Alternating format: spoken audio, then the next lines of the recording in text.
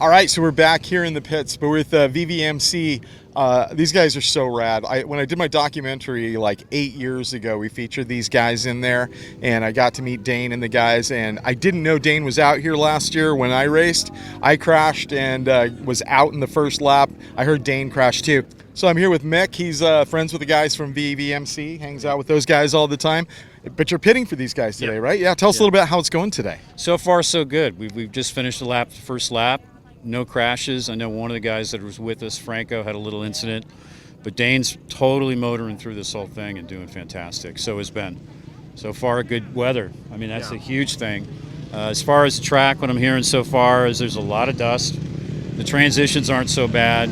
The hills, especially, a little bit of whoops so far. But everybody's doing really good. It's a blast seeing the guys out here actually on the vintage Harleys and everything else. And I'm glad that they started that class. I think it was last year. So it's neat to see these vintage bikes and people doing what they do. Yeah, I'm surprised none of you guys came out with vintage bikes this year. There's nobody that's got there's a couple guys that have some bikes, but that may be down the road. This year we're kind of low on people. You know, life gets in the way sometimes and people are doing things. So we just have a small crew. I'm sure next year we'll build it back up. I know you're not a member of VVMC, but you're friends with all those guys. And how's the club doing? Do you know, just from your perspective? Good. I mean, the rides, first off, you know, people don't know about it. We do a third Sunday ride down on Abbot Kinney. We start off at about 10 o'clock. We're still pulling in numbers about anywhere from 60 to 100 sometimes.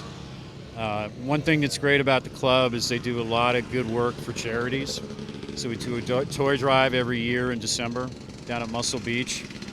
You know, still getting together and staying strong. I mean, like any club, man, life gets in the way. People have kids, they move other places, but it continues to drive forward.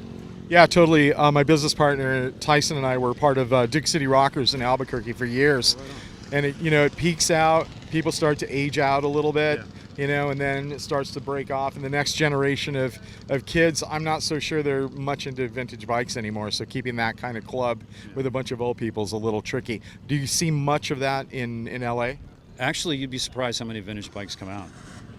It's a real good mix. I mean, when you think of motorcycles now and what is it? Triumph has the #1 market share is what I've heard. So they're getting that millennial crowd. But I think a lot of those people are starting to snap in and see the older bikes and how they were made and everything else. So I think we're at an apex right now with all this. I think it's going to continue to grow.